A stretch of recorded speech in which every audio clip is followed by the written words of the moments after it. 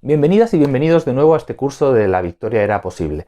En esta sesión y en la siguiente entraremos de lleno en la guerra civil y en el proceso revolucionario que se abre en la retaguardia republicana.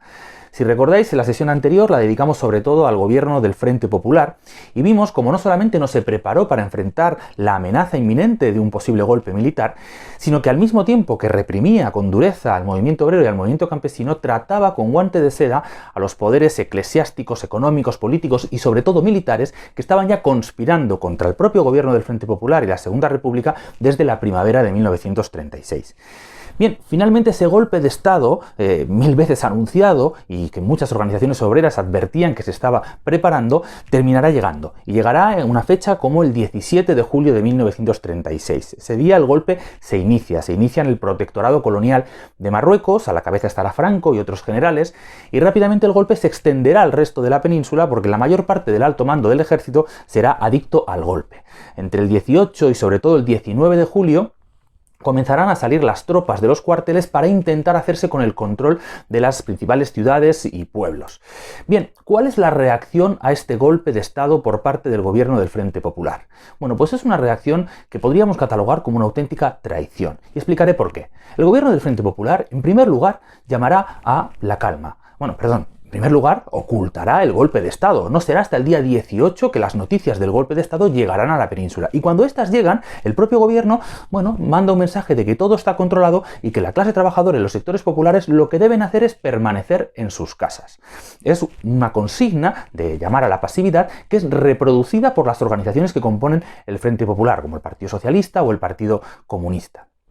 ¿Y por qué hace esto? ¿Por qué llama a la calma? Bueno, por dos razones. En primer lugar, porque Manuel Azaña, presidente del gobierno, se pone a la cabeza de un intento de negociación con los fascistas. Intenta desactivar el golpe e incluso les ofrecerá, por ejemplo, a su propio presidente del gobierno, a Quiroga, que era de izquierda republicana, lo hace dimitir para que asuma, aunque sea momentánea y episódicamente, nada menos que Martínez Barrio, un derechista, un ministro de Unión Republicana, de ese partido que había salido del Partido Radical de Lerroux y un señor que había sido ministro durante el gobierno del Bienio Negro. Bien, estos intentos serán en vano y el golpe seguirá adelante. Ahora bien, Azaña, ¿por qué llama a la calma e intenta esa negociación? Bueno, porque el Frente Popular temía mucho más a la clase trabajadora, a los sectores populares movilizados y haciendo frente al golpe de Estado, es decir, tomando las armas para enfrentar a la rebelión del principal brazo armado del Estado, temía mucho más ese escenario que al propio golpe fascista. Eran conscientes y razones no les faltaban de que si la clase trabajadora y los sectores populares se ponían a la cabeza del derrotar el golpe, podrían sin duda derrotar el golpe, como sucedió en muchísimas ciudades, pero seguramente no se detendrían ahí, sino que querrían ir más allá, querrían empezar a conquistar todos esos derechos democráticos y sociales de los que venimos hablando durante las distintas sesiones de este curso, que durante la Segunda República y los diferentes gobiernos progresistas, y mucho menos el gobierno del Bienio Negro, se habían podido conquistar o se habían, resuelto. El rol de la participación de la clase trabajadora y sus organizaciones en la derrota del golpe es fundamental para entender que el golpe no triunfe en una buena parte del territorio del Estado español. En aquellas ciudades en las que las organizaciones obreras son capaces de desobedecer los llamamientos a la calma del Frente Popular y el gobierno y tomar las armas y comenzar a preparar la defensa de las ciudades, en aquellas ciudades el golpe fracasa. Por contra, en aquellas ciudades que las direcciones obreras imponen ese llamamiento a la calma y la confianza en el gobierno del Frente Popular, el golpe se impone en pocas horas. Voy a poner dos ejemplos paradigmáticos. Por un lado tenemos Zaragoza, una ciudad clave del movimiento obrero y una ciudad clave para la CNT. Y por el otro Barcelona, una ciudad clave del movimiento obrero y clave también para la CNT. Es la principal plaza, las dos principales plazas del movimiento anarcosindicalista. Bien, en la primera, la dirección de la CNT, junto con el resto de las direcciones de las organizaciones obreras, tomarán la decisión de presentarse ante el gobernador civil y, solicitarle poco menos que por favor que autorizase el reparto de armas entre la clase trabajadora de la ciudad. El gobierno del Frente Popular le dice que no, que el llamamiento es que todo el mundo a su casa y que se están haciendo las gestiones para intentar desactivar y controlar el golpe en Marruecos. Bien, en Zaragoza, al día siguiente de esa reunión, el golpe de Estado se impondrá en pocas horas y comenzará la depuración, el fusilamiento de centenares y centenares de militantes, de activistas, de sindicalistas o de simpatizantes de las organizaciones del Frente Popular, incluidos muchos de los que estaban en esa reunión del día anterior. Barcelona es todo lo contrario. En Barcelona, la CNT, por medio de sus comités de defensa, organiza la defensa de la ciudad. Llama a concentrarse a los trabajadores y trabajadoras en los barrios obreros y en la madrugada del 18 al 19 de julio toman el centro de la ciudad y establecen las primeras barricadas. Cuando los soldados salgan de los cuarteles, en esa misma madrugada, a primera hora de la mañana, llegarán al centro de la ciudad y se encontrarán con barricadas defendidas por obreros y obreras de una manera contundente. Y eso lo que produce es una ruptura de la cadena de mando. Hay muchos soldados, hay muchos oficiales incluso, que no quieren participar del golpe militar fascista o que temen perder la vida enfrentándose con la clase trabajadora de la ciudad. Y lo que hacen es abandonar el puesto de combate, incluso muchos de ellos confraternizar y pasarse al bando de las fuerzas leales a la República. Hay muchos historiadores liberales o incluso progresistas que intentan minusvalorar la importancia de la participación de la clase trabajadora en estas primeras horas de la guerra. Pero lo cierto es que el mapa es muy claro. En aquellas ciudades donde la resistencia se produce, el golpe fracasa. En aquellas donde no se llega a producir esa resistencia o se produce de una manera tardía o de una manera muy débil, el golpe se impone. Y eso es así porque para que surjan militares o fuerzas leales a la República dentro de la Guardia de Asalto o incluso de la Guardia Civil, es necesaria que exista esa otra fuerza obrera organizada que ejerce, digamos, de convencimiento por la fuerza a la policía y este tipo de instituciones reaccionarias, ¿no?, creadas para la defensa del orden y del Estado burgués. No se las convence con buenas palabras o apoyando sus reivindicaciones de sindicalización o reivindicaciones salariales, como incluso hoy en día plantean algunas fuerzas de la izquierda, sino que se las convence justamente con una acción contundente de la clase trabajadora, como era la de alzarse en armas, levantar barricadas y enfrentar de manera eficaz y contundente, insisto, el golpe de Estado que se estaba llevando adelante. Cómo se derrota el golpe militar en la mayor parte del territorio peninsular explica lo que va a pasar en las semanas y meses posteriores. Por un lado, se va a abrir un profundo proceso de revolución social, una de las revoluciones sociales proletarias más profundas de la historia del siglo XX europeo. Y por otro lado, y a la par de este proceso, como parte de este proceso revolucionario, se da una situación clarísima de doble poder. De un lado tenemos al Estado republicano, un Estado que ha quedado profundamente deslegitimado por ese papel que ha jugado el gobierno del Frente Popular frente al golpe de Estado. Y que sobre todo es un Estado que, bueno, sigue estando constituido y sigue manteniendo el poder legal, pero no tiene el poder real. ¿Por qué? Porque está surgiendo otro poder, un poder de la clase trabajadora y sus organizaciones, que se expresa en una nueva institucionalidad revolucionaria. Una institucionalidad que tendrá límites, ya los veremos, el principal límite es que no será una institucionalidad que llegue a centralizarse, ¿no? Pero sí que, bueno, surge una miríada de organismos nuevos que se ocupan de aspectos de la vida económica, social, política o incluso militar del momento, que hasta ese momento habían estado en manos del propio Estado republicano o de la patronal. Por ejemplo, la clase trabajadora, cuando vuelva a trabajar a las fábricas, bueno, se hará con ellas. A partir de ahora, las grandes fábricas, las industrias, los grandes servicios pasarán a estar controlados por comités obreros. Se vive un proceso colectivizador tanto de la industria como posteriormente también del campo, de los campos, que es impresionante. La famosa reforma agraria que al gobierno de la República le estaba costando tantos años aplicar, bueno, la clase trabajadora y el campesinado pobre la aplicaron en apenas días. Ellos se hicieron con las tierras de los terratenientes, las colectivizaron y las comenzaron a trabajar en la mayor parte de los casos de manera comunal, de manera colectiva. De otra parte, aspectos como por ejemplo el orden público ya no corresponderán a la policía, a la Guardia de Asalto, sino que serán, bueno, patrullas de control u otro tipo de organismos formados por los militantes de las organizaciones obreras los que se encargarán de velar por el orden público en los pueblos y ciudades. Se crearán también comités revolucionarios para el gobierno de los pueblos, se crearán tribunales revolucionarios, se crearán comités de abastos para, bueno, organizar no solo la producción sino también la distribución, ¿no?, para evitar los procesos inflacionarios ni que hubiera desabastecimiento en el frente o en la retaguardia. Todo esto bajo el control, insisto, de las organizaciones obreras. Y una institución clave de todo este organigrama revolucionario serán las milicias, los primeros cuerpos armados formados por hombres y por mujeres voluntarios que se alistan en los primeros días de la Revolución Social para, bueno, intentar conquistar aquellos pueblos y ciudades que habían caído en manos de los golpistas fascistas y también tratar de extender esta revolución social a todos esos pueblos y ciudades, tratar de extender este profundo proceso de transformación social que se estaba viviendo. Bien, ante esta revolución social, el gobierno del Frente Popular no reaccionará muy bien. No era su proyecto la revolución social, lo hemos estado viendo durante todo este curso. Y por lo tanto se opondrá. Se opondrá y para ello intentará, bueno, reconstituir el Estado republicano, restaurarlo, acabar con esa situación de doble poder, aplastar o liquidar o integrar y cooptar esa nueva institucionalidad revolucionaria, acabar con el poder de la clase trabajadora, recuperar el el poder de parte del Estado burgués republicano y restablecer la normalidad previa al 18 y 19 de julio, es decir, esa república democrática pero con un profundo respeto a la propiedad capitalista. Y a eso se van a dedicar grandísimos esfuerzos tanto desde el gobierno de la Generalitat aquí en Cataluña como del gobierno central, del gobierno de la República. Todo se hará enmascarado, bueno, en una discusión, en una falsa discusión, una falsa dicotomía que seguramente a aquellas personas que hayáis estudiado o conozcáis de la guerra civil, hayáis leído distintos debates historiográficos, os sonará, ¿no? Que es aquello de si primero ganar la guerra o primero hacer la revolución, ¿no? Desde el gobierno de la República y de las organizaciones del Frente Popular se planteará justamente esto, ¿no? Que, bueno, era el momento de poner todos los esfuerzos en ganar la guerra. Primero ganar la guerra y después la revolución. ¿Por qué digo que es falsa? En primer lugar, porque no había un después a hacer la revolución. Llevaban años evitando la revolución, desviándola, conteniéndola, incluso reprimiendo las tendencias revolucionarias de la clase trabajadora y el campesinado pobre, como hemos visto durante el bienio progresista o el gobierno del Frente Popular del 36 hasta el golpe de Estado.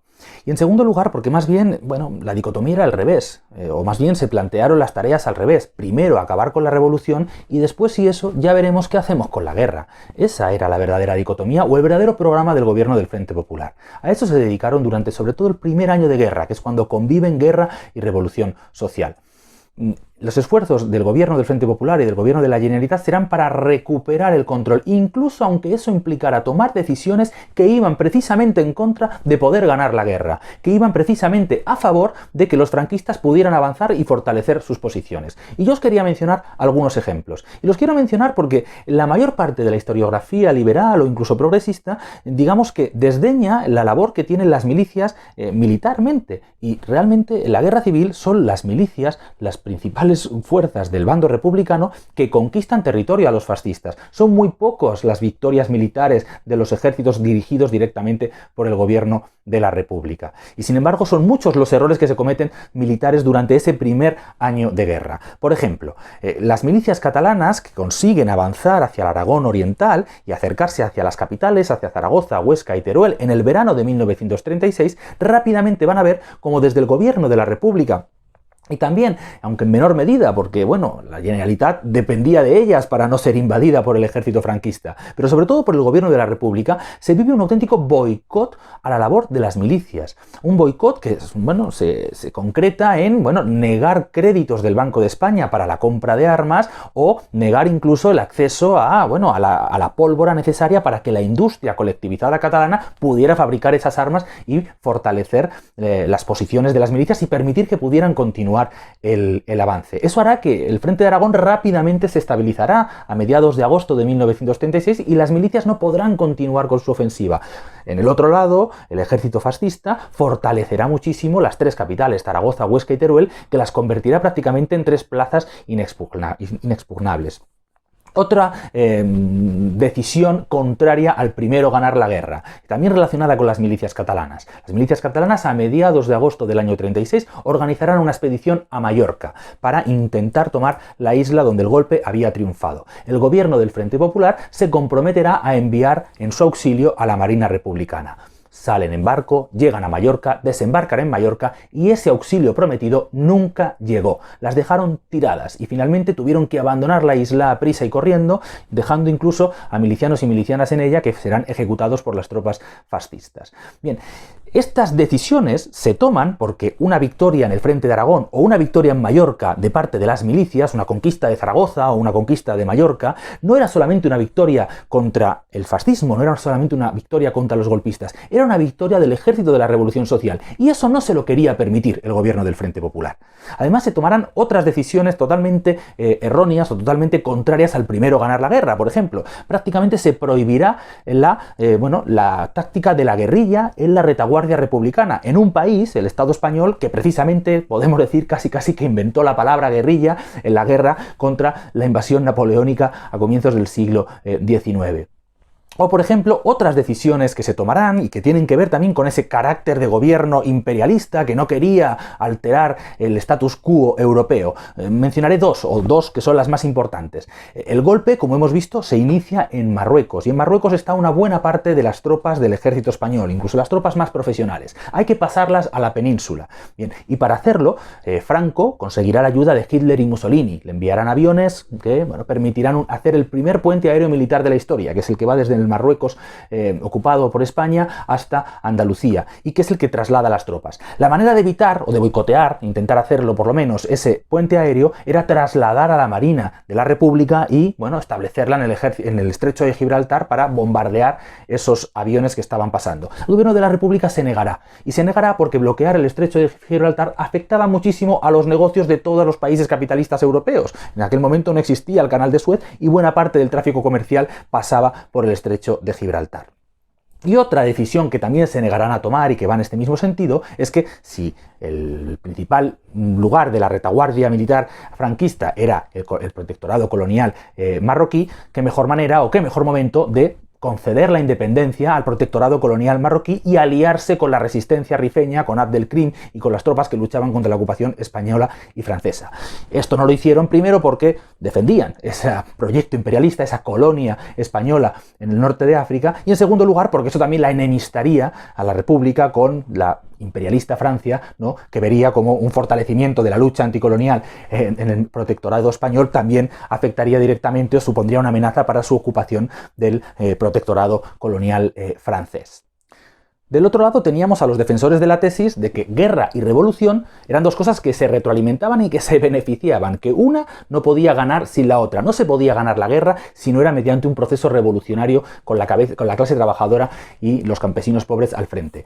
Una muestra de ello lo habíamos visto en las propias jornadas del 19 y el 20 de julio. Si no era con la clase trabajadora al frente, con sus propios métodos, con la huelga, con la toma de las armas, la formación de sus propios cuerpos armados, no se podía derrotar el golpe militar. Y de la misma manera no era posible derrotar o ganar la guerra si no era mediante un programa revolucionario. Y eso es así porque si no era mediante un proyecto emancipador, iba a ser muy difícil movilizar a las grandes mayorías sociales, obreras y campesinas, tanto de la retaguardia republicana como de la retaguardia franquista. Franco incluso había ganado en buena parte de la España agraria, de la España agrícola, de una buena parte de la zona de Castilla.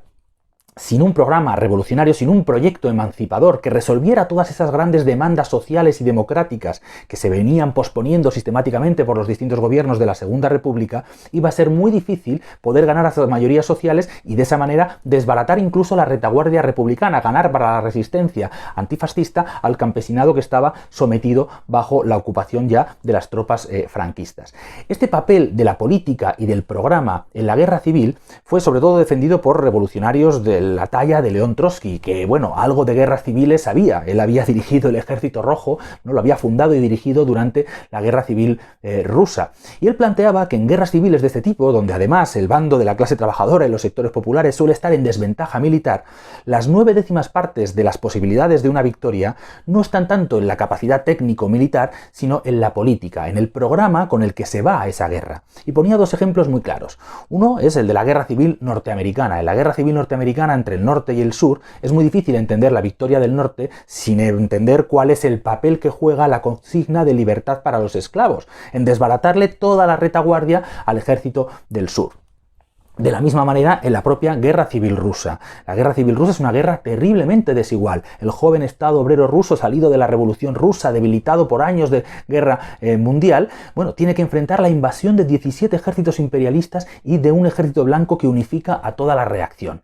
Bueno, ante esa desigualdad, la consigna de reparto de la tierra entre los campesinos pobres permite ganar el apoyo del campesinado, que en un país eminentemente campesino como Rusia, y es algo fundamental para entender la victoria del Ejército Rojo y la resistencia del Estado obrero a esa guerra imperialista y a esa guerra civil que se desata después de la Revolución Rusa. Bien, en el Estado español podía jugar también ese papel, y de hecho había jugado en las primeras semanas ese papel de, bueno, de fuerza moral, ¿no?, de empoderamiento, dirían hoy, ¿no?, de la clase trabajadora y los sectores populares para tomar las armas y, bueno, ir incluso a combatir más allá de su ciudad y conquistar territorios, pueblos y ciudades, como se hizo en las primeras semanas por parte parte de las milicias. E incluso podía también resolver un problema capital, del cual también hablan muchos de los que intentan buscar otras razones a la derrota de la guerra, que no fuera el aniquilar la revolución social, como es el aislamiento internacional de la República. La República quedará aislada porque sus supuestas aliadas, ¿no?, las democracias occidentales capitalistas, sobre todo Francia y Gran Bretaña, se mantendrán neutrales. De hecho, impulsarán el pacto de la no intervención. Considerarán que se trata de un asunto interno y que por lo tanto no van a intervenir. Eso implica un boicot al comercio de armas a nivel internacional para la República. Bien, ese aislamiento internacional, justamente quien podía quebrarlo era una revolución social triunfante en el Estado español. No porque eso fuera a convencer a los gobiernos imperialistas francés o británico, ni mucho menos, sino porque eso podía alentar también procesos revolucionarios más allá de los Pirineos, ¿no? La solidaridad activa y que impusieran la clase trabajadora francesa y británica el fin de ese bloqueo criminal e incluso que pudieran llevar adelante sus propios procesos revolucionarios, que era la mejor ayuda que se le podía brindar en ese momento a la República que luchaba contra al proletariado español que luchaba en contra del golpe de Estado fascista. ¿Cómo actúan las principales organizaciones del Frente Popular y del Movimiento Obrero ante esta situación? ¿Cómo se ubican? Bueno, tenemos un bloque clarísimo, ¿no? Estaría conformado por los partidos reformistas como el PSOE, por supuesto los partidos republicanos, Izquierda Republicana, Esquerra Republicana de Cataluña, Unión Republicana, el Partido Nacionalista Vasco, que se ubican claramente en defensa, ¿no?, del Estado republicano y su reconstrucción, en contra de esta revolución social, ¿no? Y bueno, lo van a hacer de diferentes maneras. Allí donde puedan y por medio de la colaboración de las organizaciones obreras reformistas y, como veremos, también de la dirección de la CNT y del POUM, ¿no?, conseguirán, bueno, que esta revolución se vaya desactivando, que los organismos revolucionarios que se han ido creando vayan o bien disolviéndose o bien integrándose de alguna manera en el propio Estado republicano reconstruido, y que los elementos más revolucionarios de las primeras semanas de la guerra civil vayan poco a poco desapareciendo o diluyendo. Ese va a ser el proyecto del gobierno de la República y que va a ir un poco imponiéndose en buena parte de la retaguardia republicana. Ya veremos que la principal excepción, el principal foco de resistencia, aunque a eso nos dedicaremos más en la siguiente sesión, será Cataluña y el Frente de Aragón. Esa es la posición, digamos, de las organizaciones reformistas y republicanas. Podríamos decir que esperable. Pero luego tenemos dos casos que merecen una atención aparte. Por un lado tenemos a la CNT. La CNT es el principal sindicato de Cataluña y uno de los principales sindicatos de todo el Estado español. Es un sindicato anarcosindicalista. Y que como tal, bueno, digamos que tenía una teoría ajena o contraria, más bien dicho, a la política y a la estrategia de la toma del poder. Defendían la revolución como un hecho de fuerza, como un hecho violento, protagonizado por la clase trabajadora, pero tenían una teoría que, podríamos decir, no se adaptaba muy bien a cómo son las revoluciones. Las revoluciones implican un cuestionamiento del status quo y de las clases dominantes, y por lo tanto tienen que enfrentar la resistencia, las maniobras y la resistencia violenta de las clases a las cuales se les quiere quitar el poder. Eso implica que cuando la clase trabajadora se alza en armas e intenta poner un nuevo orden social, tiene que enfrentar de alguna manera ese poder que se está intentando destruir, ¿no?, y que va a encontrar las mil y una maneras de recomponerse. Bien, para ello, desde el marxismo, ¿no?, en la disputa entre marxismo y anarquismo, que ya data del siglo XIX, se planteaba que la clase trabajadora tenía que dotarse de su propio Estado, de sus propios organismos de poder, ¿no?, que organizaran, en primer lugar, la guerra civil, la lucha contra esa reacción, ¿no?, que quiere acabar con la revolución social protagonizada por la clase trabajadora.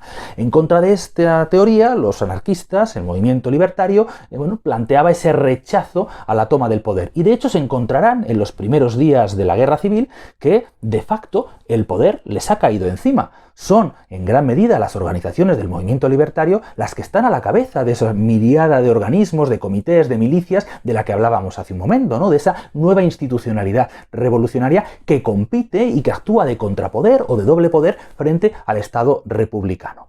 Bien, la decisión que tomarán las direcciones de la CNT no será la de desarrollar ese poder obrero, centralizarlo, democratizarlo, hacer que esos comités fueran electos en las fábricas y en las unidades de combate, en las milicias, en el campo, sino todo lo contrario, subordinar esos organismos al Estado republicano y ellas mismas, como dirección de la CNT, integrarse en el propio gobierno de la República y en el gobierno de la Generalitat.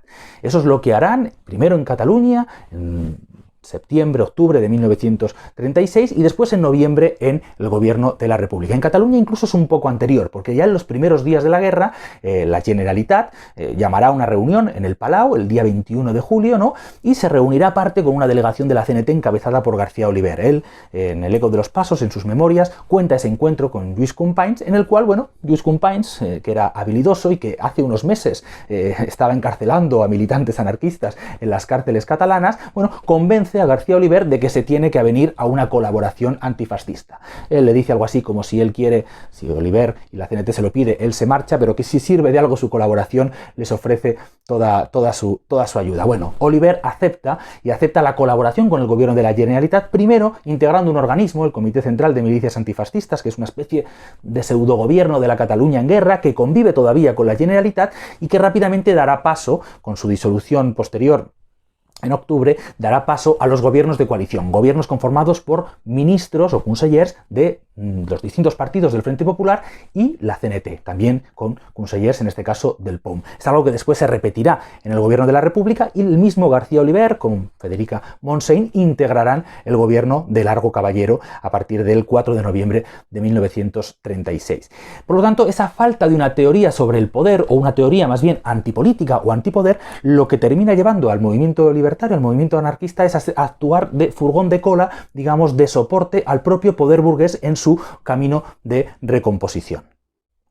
La otra corriente, la que me querría detener, es el POUM, el Partido Obrero de Unificación Marxista, en este caso dirigido por Andreu Nin, puesto que Maurín será detenido en Galicia al inicio del golpe y, bueno, pasará toda la guerra encarcelado. Será Nin el que se pondrá a la cabeza del partido. Bien, el POUM acabará también siguiendo una línea de entrada y de colaboración con el gobierno, en este caso de la Generalitat. En el gobierno de la República no le permiten entrar, de hecho en Madrid no le dejarán ser parte ni siquiera de la Junta de Defensa de Madrid. Ahí el estalinismo iniciará muy temprano una campaña de calumnias y de persecución contra este partido, de la que hablaremos más en la sesión siguiente, pero aquí en Cataluña entrará, a la vez que la CNT, en el gobierno de la Generalitat.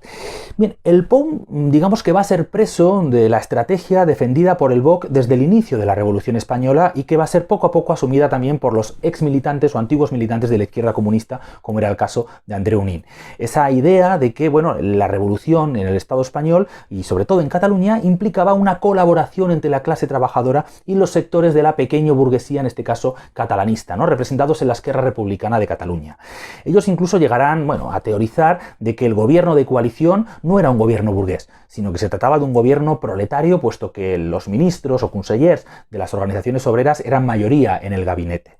Pero eso es una falta de vista de cuál es el contenido de clase de un gobierno, más allá de a qué partido pertenezcan los diferentes ministros o consellers. El gobierno de la Generalitat estaba encabezado por un representante de la burguesía catalanista o de la pequeña burguesía catalanista, pero que sobre todo era un defensor de una república burguesa y capitalista, como era la Esquerra Republicana de Cataluña. No era en absoluto una fuerza que cuestionara el carácter burgués y capitalista de la república que se tenía que defender. Y a la vez los partidos obreros o los consellers de los partidos obreros que conformaban el gabinete eran también defensores de esa idea, de ese primero ganar la guerra, de ese primero restablecer la legalidad republicana previa al 19 de julio, acabar con esa situación revolucionaria y fortalecer el Estado burgués republicano ante la amenaza interna que suponía la revolución social. Por lo tanto, no era un gobierno obrero, sino que era claramente un gobierno burgués con un claro propósito burgués, que era restablecer el orden capitalista previo al 19 de julio. Bien, la participación del POUM y de la CNT en el interior del gobierno de la Generalitat va a tener un efecto también benéfico para aquellos que querían acabar con la revolución social. En primer lugar, porque el gobierno de la Generalitat, el gobierno de coalición, va a tener un prestigio mayor de cara a la clase trabajadora. Era un gobierno conformado por los suyos, tenía ministros de sus propias organizaciones, y eso le da una legitimidad superior para empezar a aprobar una serie de leyes que intentarán desmantelar, como ya se estaba haciendo en otras zonas de la retaguardia republicana, las conquistas revolucionarias de julio, ¿no? Leyes que intentarán acabar con los comités locales, leyes que intentarán acabar con las milicias y militarizarlas, incluirlas en el ejército popular, leyes que intentarán acabar con el control obrero de los comités obreros en la industria y en los servicios colectivizados. Leyes más adelante que intentarán acabar con las patrullas de control, con los comités de abastos. Es decir, leyes que intentarán acabar directamente con la revolución social nacida de la derrota del golpe de 1936. Son todas leyes que cuentan con la aprobación, con la firma de los consellers de la CNT y de Andreu Nin como conseller de justicia del POUM, como conseller de justicia. El primero de ellos es cuando se aprueba el decreto para la disolución de los comités locales, de esos gobiernos revolucionarios que se habían establecido en muchos pueblos y ciudades. Bien, es un decreto que se aprueba, pero que a la hora de aplicarse encuentra resistencia de muchos comités que se niegan a su disolución. Y uno de ellos es el Comité de Lleida, una ciudad importante, es una de las 4 capitales de provincia de Cataluña. Bien, ese comité, cuenta el POUM en ese comité con mayoría, es la principal fuerza en el comité local de Lleida. Cuando la Guardia de Asalto llega e intenta disolver el comité, los propios militantes del POUM se oponen a esa decisión y lo hacen armados. Bien, Nin viajará desde Barcelona con Tarradellas, el conseller en cap en ese momento, para, bueno, convencer a sus compañeros de que tienen que deponer su actitud de resistencia, bajar las armas y, bueno, acatar la decisión de que ese gobierno revolucionario de la ciudad tenía que ser disuelto para el restablecimiento de un ayuntamiento donde la representación sería, en fin, la misma que se tenía de las diferentes fuerzas del Frente Popular en el gobierno de la Generalitat. Y el otro episodio se produce el 1 de noviembre de 1936, cuando Andreu Nin, como conseller de Justicia, terminará firmando un decreto bueno, que, digamos, imponía el Código de Justicia Militar a las milicias. Es uno de los primeros pasos que se impondrá a las milicias para acabar con ellas y terminar integrándolas en el ejército popular ya controladas por el gobierno de la Generalitat y el gobierno de la República. Para acabar con la revolución social, sino que al participar en el gobierno y avalar toda esta serie de decretos en contra de las conquistas revolucionarias de julio, estaba inhabilitándose para poder jugar un papel de alternativa de dirección de esas direcciones anarcosindicalistas y reformistas que estaban profundamente comprometidas con la línea de primero ganar la guerra y dejar esa revolución social, bueno, en el congelador o para las calendas griegas, ¿no?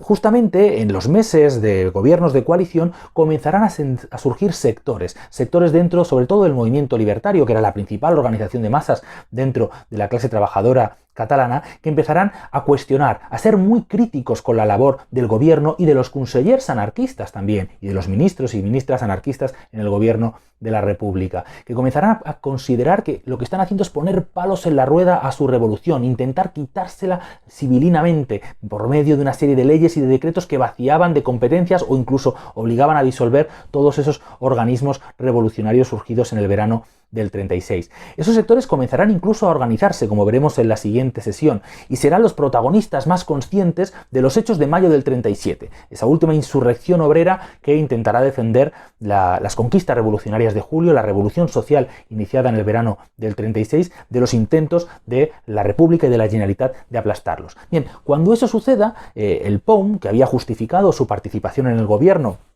con el mismo argumento que había justificado antes su participación en el Frente Popular en febrero del 36, ¿no? Con el argumento de no quedar aislado de la corriente general de las masas, ¿no? Que era de simpatía, de apoyo, de ilusión, en este caso con los gobiernos de coalición. Bueno, lo que había estado labrando era, bueno, no quedarse aislado de esa corriente de simpatía general, pero sí aislarse en ese momento y sobre todo a futuro, ¿no? De aquellos sectores que iban a ir rompiendo y haciendo una amarga experiencia con ese gobierno de coalición y con esas direcciones reformistas o anarcosindicalistas. Esos sectores que comienzan a sacar estas conclusiones de que es necesario plantear un gobierno de la clase trabajadora en contra de la Generalitat que quiere acabar con nuestra revolución social, no verán en el POUM una alternativa, puesto que mientras ellos y ellas hacían esa experiencia, el POUM se encontraba comprometido con ese gobierno, formará parte hasta diciembre del año 36 o después del año 36 desde fuera del gobierno, pero sin hacer un balance de su participación en el gobierno, sino más bien todo lo contrario, intentando en todo momento que se le permitiera volver a ser parte de los gobiernos de coalición y no preparándose justamente, bueno, para, intentar organizar la resistencia a la contrarrevolución abierta, que será lo que se desatará en Barcelona, en las calles de Barcelona, en mayo del 37. Y bueno, acabo aquí porque justamente de esto, de la resistencia a esta revolución silenciosa y sobre todo de la resistencia activa al golpe de mayo del 37, hablaremos la semana que viene en la próxima sesión. Espero que esta os haya gustado y bueno, si es así, os vuelvo a insistir como todas las semanas en que participéis en los comentarios, en el foro y también que, bueno, difundáis el curso, se lo comentéis a todas aquellas personas que creéis que le podría interesar. Muchas gracias y hasta la semana que viene.